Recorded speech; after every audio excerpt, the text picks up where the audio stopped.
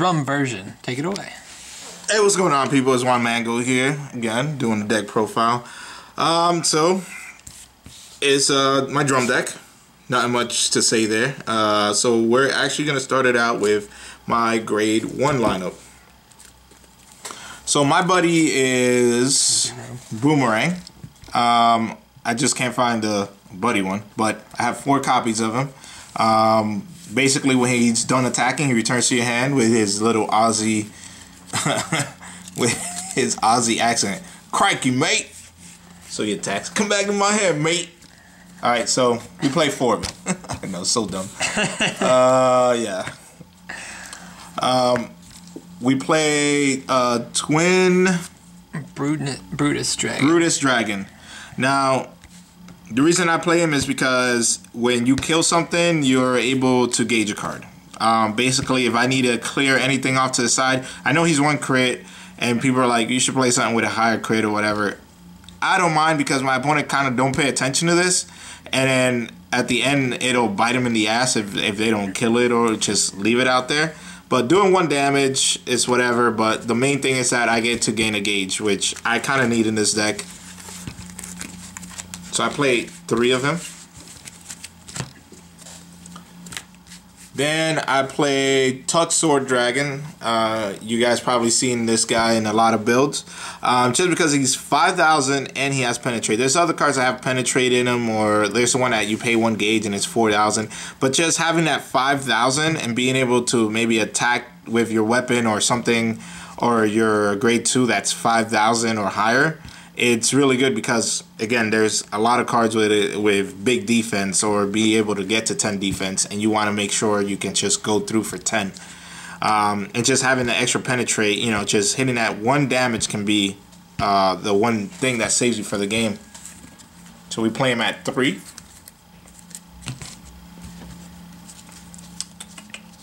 Then we have 4 version of regular drum.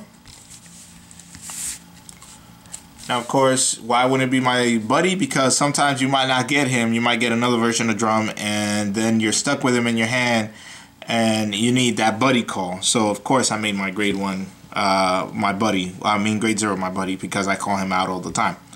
But basically, pay a gauge and then put the top 2 cards into the soul. 5,000 defense, 5,000 attack, and 3 crit.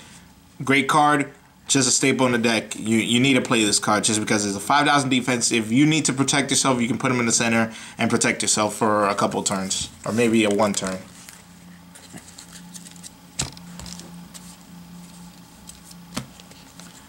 Then we have the new edition of the Crimson Battler drum.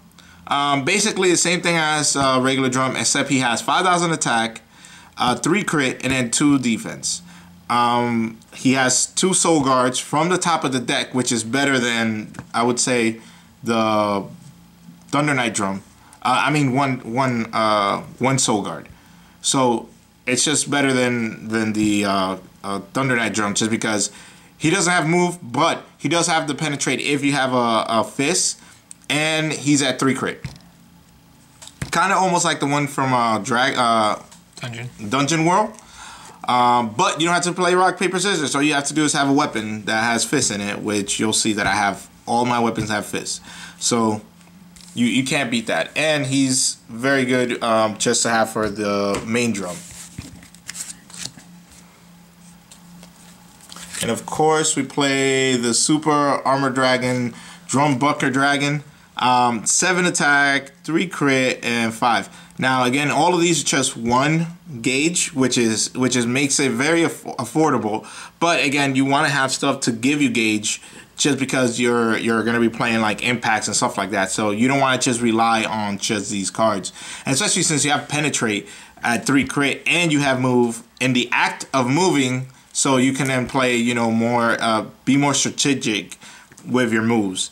And it'll have, if you have like either a regular drum or just this drum, you'll have a total of 3 attacks that this can take, because this can take 2 in the soul and then another one, and if you could put another one on top of it, so you can just keep putting more of them on top of it. So that And we run 2 of You Don't Know What the Future Holds. Ultimate Neo Drum. Basically, you pay 2 gauge. It has 4,000 defense, which is not good, but you know the power makes up for that, which is 11k by himself, and then 3. It basically, what it says is, if you link attack, if you have 5 damage or less, and you link attack with your weapon or something, and your opponent has a shield in hand, he tries to nullify the attack. You counter, pay a gauge, and discard a card from your hand, nullify that. I'll tell you right now, that is huge in this game, just to be able to nullify the way to protect themselves with a link attack. You can have a weapon that's at 2 crit, have a monster that's at 1 or 2 crit, and then have this and possibly finish the game, because this is basically like a game finisher. That's why I only run 2 though, and plus it's 2 gauge. So you don't know what the future holds. Heh. Yeah. Oh, a little kid. There was a kid I did that to. It felt good. It felt really good. I'm not gonna lie, it did feel good. I'm still running the Infernal Armor Dragon. I still think he's the best one out of all of them. I understand there's a new dragon that just came out. I forgot his name. What's he do? The one that Omni. So basically everybody's like, oh, you know, you should play this guy. Again, he's 6'6". A lot of stuff can kill 6'6" still. So, but as soon as he comes into the field, he blows up everything. All the creatures. Yeah, he blows up all the creatures on the field. I still like this in the sense that, you know, if something has Soul Guard, I can target it twice. I don't have to just destroy everything once, and it's 7/7, so I feel like it still requires a link attack most of the time with a lot of things, so you can put them in your center and protect yourself. And if you don't kill something in one turn, you can easily just, if you bring something else out, you can kill it the next turn. So I still run 3 of him, but I do side him out depending on the matchups.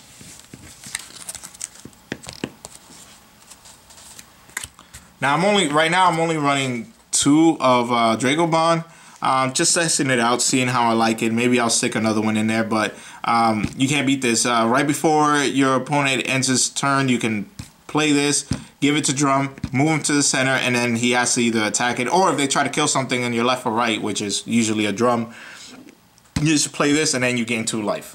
And your Drum doesn't die, he doesn't go away or anything.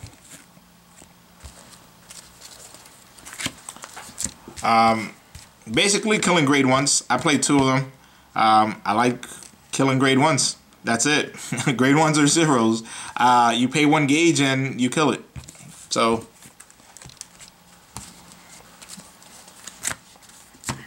2 Drago energies. I usually like this with just a regular Drum. Move to the center, they attack with like something that says 5,000. Put this, and Drum has a big enough attack that you can protect him. He can counter attack. So I know I might catch some flack for just running 1 of these, but to me it's fine. I like running 1 of the Drago Grimoire. It always comes up when I really need it, so you know I can't say. I don't know. I just don't like running 2. I like running 1. I might move it up to 2. I don't know. But basically, you draw 3 cards. If you're at 5 life or left, discard your hand and draw 3 cards.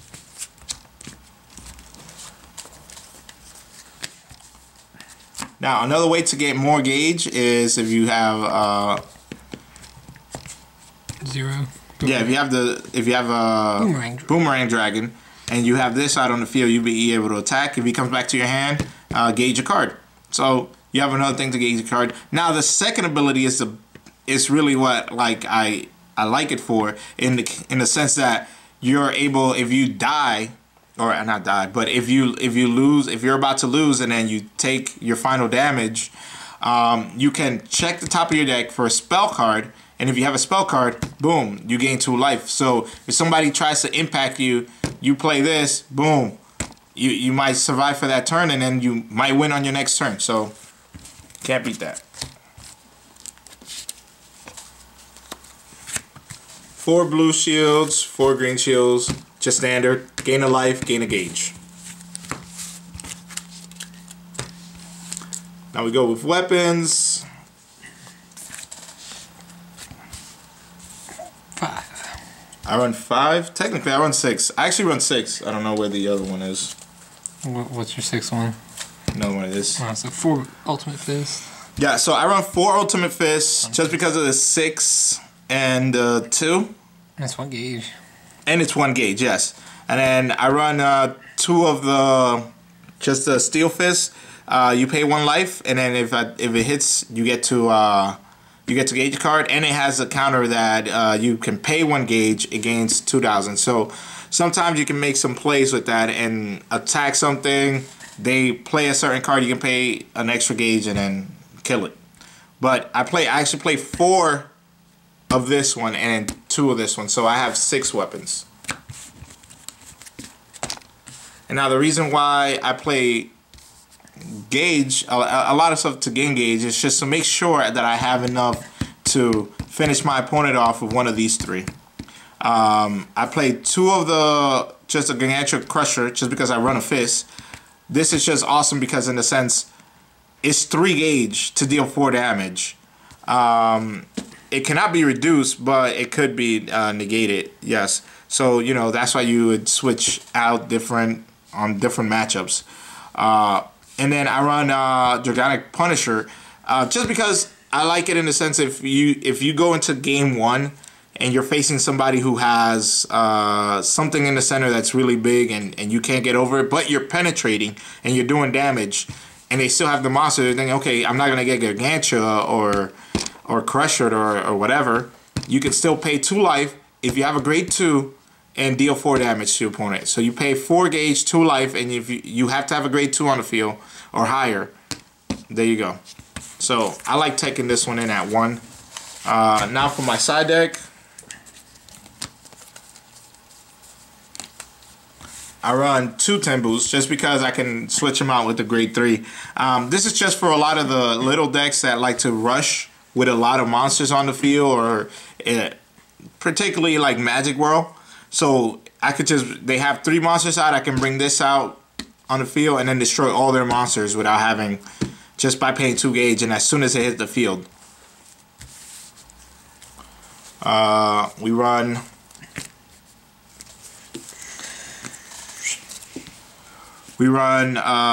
fifth Omnilord Drive Arc. Now this card is just good, I would say, for decks that really need something on the field, like Danger World. They really need their weapon. So I don't really have like a weapon destroy, but I can pay 3 gauge, destroy any card on the field. So even if it's, let's say Katana World, they have their set card. You can pay 3 gauge, destroy their set cards or their impact card that's set on the field. Pay 3 gauge, destroy it, and deal 2 damage to your opponent. So it can really help you out in the sense to just destroy set cards on the field or even weapons. So I like this a lot. This is my extra one that I run just in case I do run against Seeger. Basically it's just against Seeger. So if I can get him down to that 4, have my grade 2 or higher, and pay the 2 life, then there you go. I run these just in case I need to, again, switch from the not having a gauge one, but having something that has 5,000 attack, and I need to just have a higher attack for my weapon. And it's at 2 gauge and it's a fist. So for 1 gauge. 1 life. Is it 1 life? Oh yeah, so for 1 life. So either way I'm paying 1 life. This is more for, like, again, Seeger or just Wild Dragons or whatever it is. They basically just, if you're at 5 life, pay 3 gauge, move that thing to the left or to the right. It doesn't matter, just move it there. And then you're able to hopefully survive your next turn, and then just start punishing your opponent for for trying to protect themselves in the center, and you don't have to attack their monster, because a lot of times they have a lot of cards to protect their monster with. So all you need to do is just grab it, move it to the left or to the right, survive the turn, and then just punish him the next turn, because usually they don't have cards to just protect themselves. And then if I just want to run 3 of these, if I feel like I can finish some matches fairly quickly, I'll run 3, or maybe even just stick one as a 4th impact. So I know it's my side deck is a little impact heavy. There's going to be some changes, but right now that's how I've gone. I've actually won 3 different tournaments with this deck build. So like I always say, I'm not the best buddy fighter in the world, but I'm alright though.